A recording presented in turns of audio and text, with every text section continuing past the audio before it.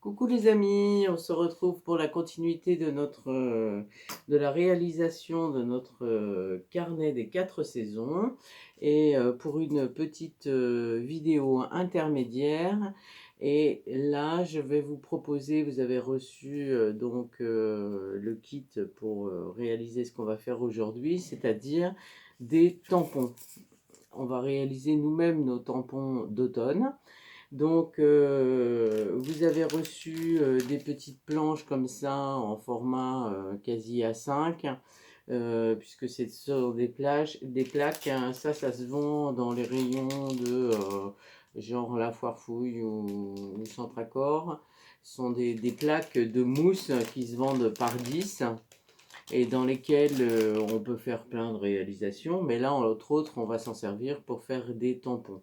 Donc je les ai coupées, en fait, elles sont en format 20-30, et je les ai coupées en deux, donc elles sont à 15-20. Voilà. Et donc, normalement, vous avez reçu, je pense, 4 ou 6 plaques, je ne sais plus. Alors, dans un premier temps, je vais vous basculer sur mes mains. Voilà. Comme ça, voilà. Donc ce qu'on va réaliser, c'est ce genre de tampons, voilà, qui vont nous servir à faire le fond de l'automne, voilà, pour la prochaine réalisation. Donc il y a les possibilités de les monter seuls, comme ça, ou par plusieurs, c'est-à-dire faire une plaque entière, voilà, qu'on va appliquer ensuite. Voilà. Donc là, il y en a des petits, des grands. On peut vraiment dessiner ce qu'on veut. Alors, c'est très simple à faire. Ce que je vous propose, c'est de prendre deux de vos petites plaques en mettant peut-être une qui est plus claire sur le dessus. Elles sont peut-être pas tout à fait de la même dimension, mais peu importe. Et là, on va dans un premier temps coller deux plaques ensemble. Et pour ça, donc, je prends une colle qui est un petit peu plus forte d'ailleurs que la colle. C'est une colle Patex que j'ai aussi acheté dans un magasin à quelque chose, voilà, et qui coûte pas très cher. C'est une colle à bois normalement aussi, et là c'est la Wood Glue de Patex, et donc ça résiste à l'eau et tout ça. Et avec notre petite spatule, on va venir en mettre partout sur la grandeur de la plaque. Voilà, évidemment, je n'ai pas protégé mon plan de travail. Voilà, on essaye vraiment d'en mettre de partout pour que quand on va venir réaliser nos tampons, quand on va les découper, que ce soit tout à fait... Ouais, là j'en ai pas mis partout.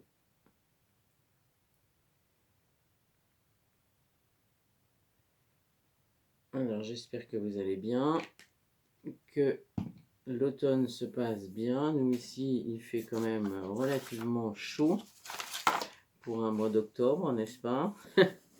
Donc là, je mets une mini protection, mais qui va bien m'aider quand même. Voilà. Mettre bien sur les côtés, une bonne épaisseur.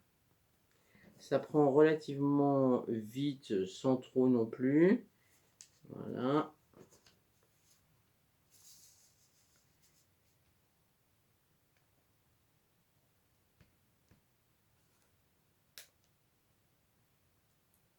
Et là, vous allez appliquer la deuxième plaque.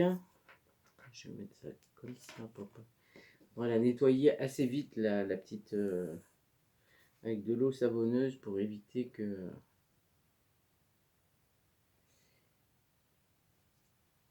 qu'il y ait trop de colle sur la...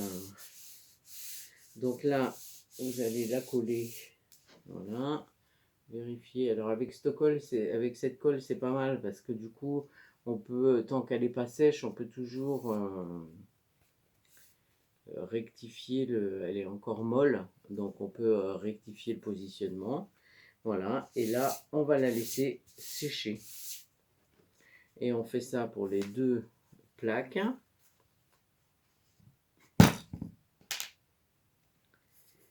Ben, je vais peut-être en faire qu'une d'ailleurs, parce que, ouais, non, je vais le faire toutes les deux. Voilà, de toute façon, ça va être une vidéo relativement courte. Parce que vous allez voir que c'est extrêmement rapide. Et après, vous pouvez vraiment laisser aller votre imagination. Là, on va faire des feuilles d'automne, mais on peut tout à fait bien faire tous les modèles qui nous inspirent. Enfin, vraiment, il n'y a pas, il y a nos limites dans ça, quoi. C'est vraiment.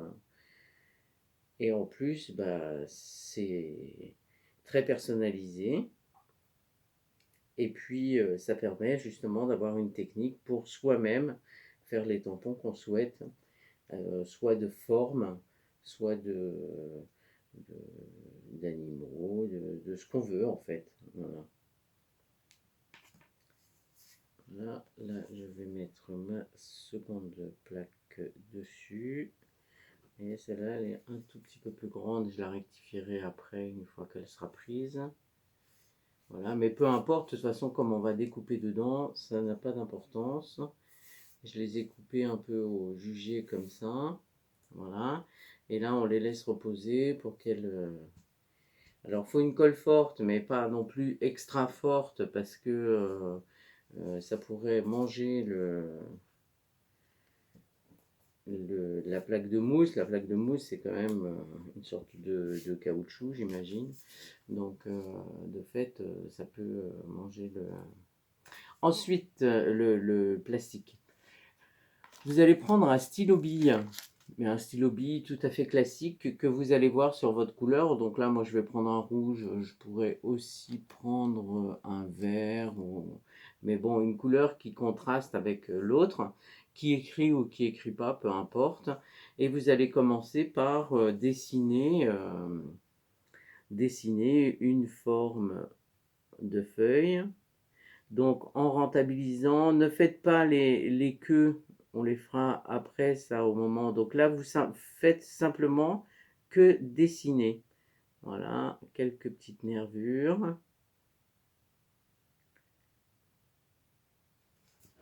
Voilà, donc là par exemple, vous voyez, j'ai fait celle-ci. Je ne sais pas si vous allez voir correctement. Ouais. Voilà. Et là maintenant, avec notre stylo bille, on va appuyer extrêmement fort sur notre dessin qu'on vient de réaliser pour creuser en fait d'une certaine façon, donc fort, sans non plus transpercer, mais quand même. Ça doit faire une sorte comme une petite rigole intérieure. Voilà, donc là, c'est les petites nervures.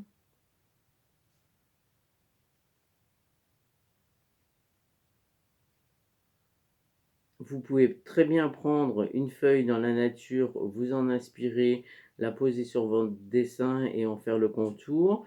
Là, moi, je vais faire des modèles qui sont relativement petits quand même pour que on n'ait pas trois feuilles sur notre page. Vous voyez, là, j'ai vraiment creusé. On le voit bien là, ici.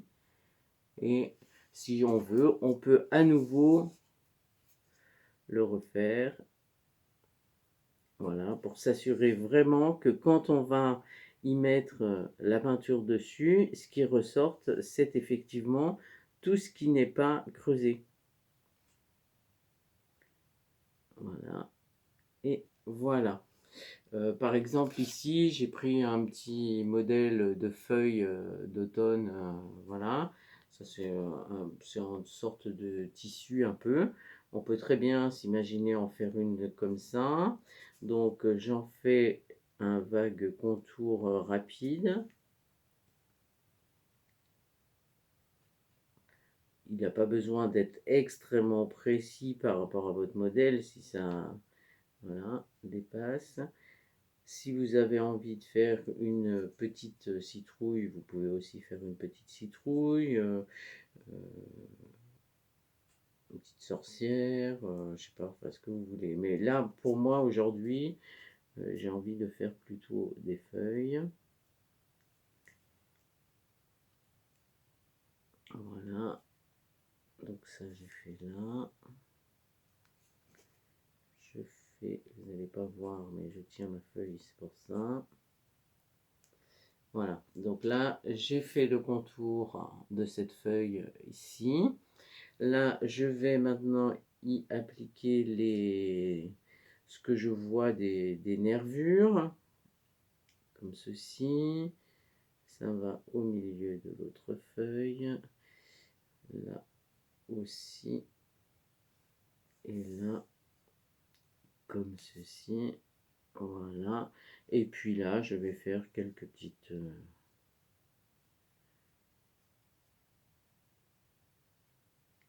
nervures aussi.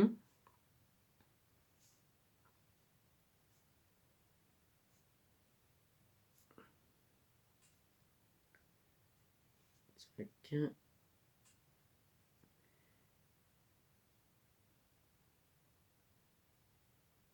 Et voilà. Donc là, je l'ai dessiné. Et maintenant, avec mon stylo, je vais appuyer très fort pour en avoir à la fois les contours et aussi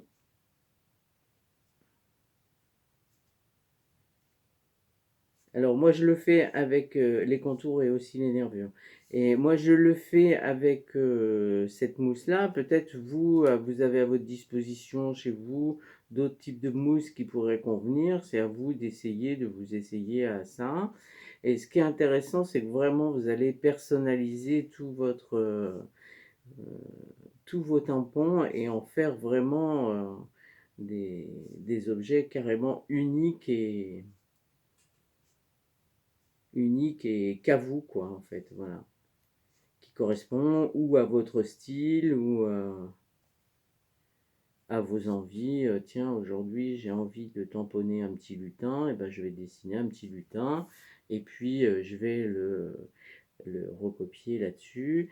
Alors, c'est sûr qu'on ne peut pas y mettre forcément tous les détails parce que, comment dire, trop de détails après serait difficile à réaliser sur la mousse, mais au moins en faire les traits principaux et puis ensuite pouvoir vraiment n'oubliez pas de vraiment appuyer dessus.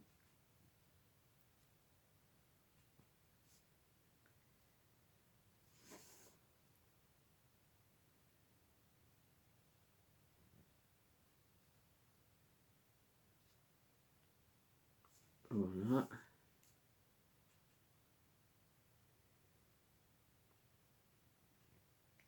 Et n'hésitez pas à repasser plusieurs fois. De toute façon, avant de transpercer ce genre de mousse, il faut quand même y aller, hein.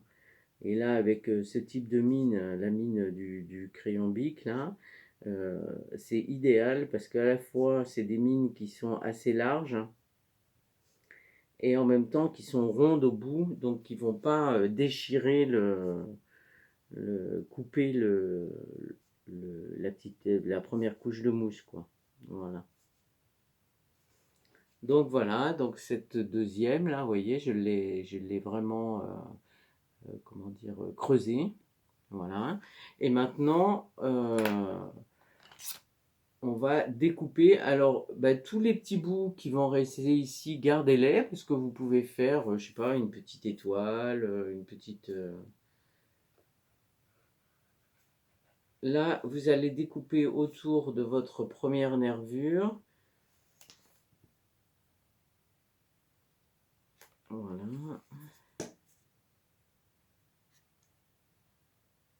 Donc moi, j'en fais que deux là, mais après, vous prenez votre temps, vous en faites autant que vous voulez. Vous pouvez les monter une par une sur les cartons, ou bien faire un montage comme j'ai fait ici, là, de plusieurs feuilles qui donneront un aperçu. Après, on peut jouer avec les couleurs, avec les transparences de couleurs. Mais ça, on verra ça lors de notre prochaine vidéo.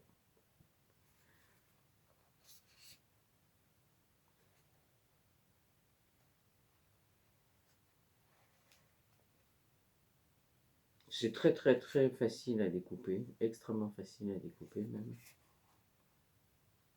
La sensation est un peu bizarre de ce truc mou qui s'enfonce, mais...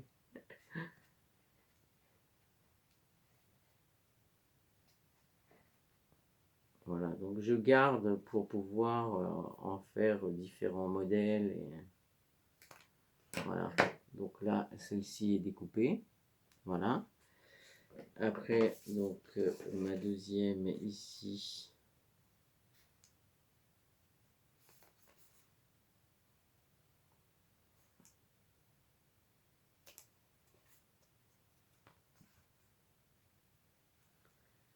Je la découpe aussi selon les contours. Voilà. Donc, je vais mettre ça de côté. Et puis ensuite, dans les cartons que vous avez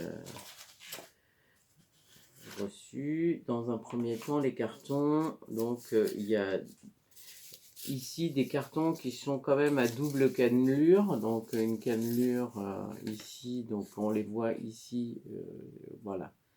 Donc il y a une petite allée d'alvéoles dedans et une seconde, voilà, qui au milieu il y a une autre feuille de papier craft. Hein. Donc ces deux choses, on va les coller l'une sur l'autre.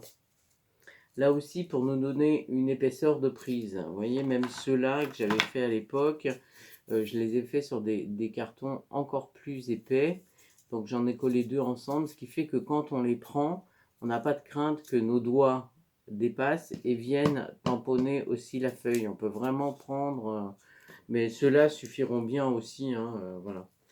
Donc là, sur celle-là, j'ai pas assez grand, donc je vais faire sur une autre. Donc je prends l'emplacement de ma feuille, je viens couper deux morceaux relativement égaux sur lesquels viendra ma feuille. Moi j'aime bien laisser un peu de la marge parce que comment dire, pour la prise et puis au moment où on va ancrer après avec soit la peinture soit l'encre, qu'on puisse vraiment avoir une prise qui soit pas trop proche de donc je coupe une première fois, j'enlève ma feuille, je coupe une seconde fois à l'exact à peu près exacte grandeur, voilà, tac. Et là je n'ai plus besoin de règle. Avec un cutter et une règle, ça marche très bien. Mieux qu'au ciseau, parce que si vous coupez au ciseau, vous allez écraser. Ça va écraser le carton et ça, par contre, ce sera moins bien. Et donc là, je vais coller les deux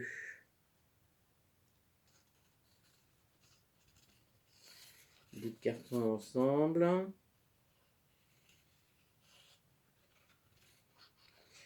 Pas forcément besoin de l'étaler là, ici. Voilà, je colle les deux morceaux de carton ensemble.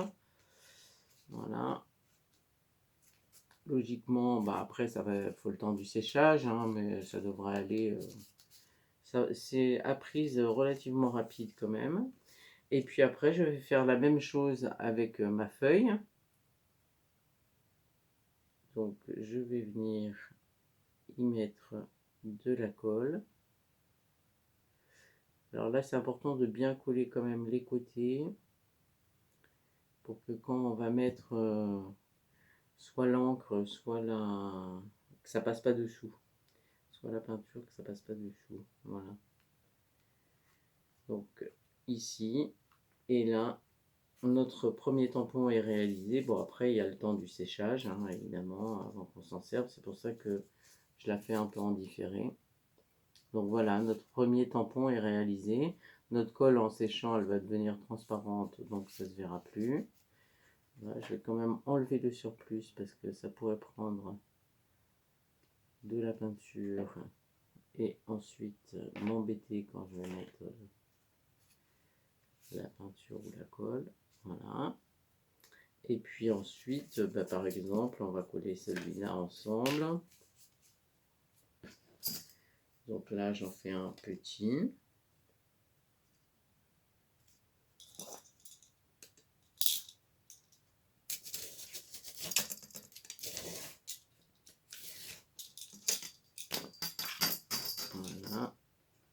je recoupe mon second carton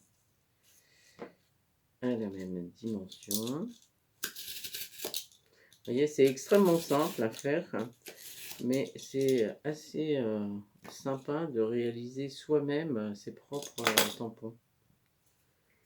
Voilà, je vais y mettre de la colle.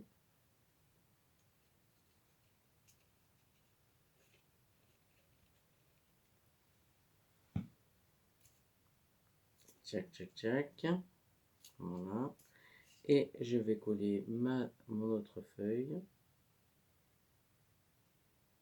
Bon, finalement, quand j'ai collé la première, je m'aperçois que j'en ai mis trop sur les bords.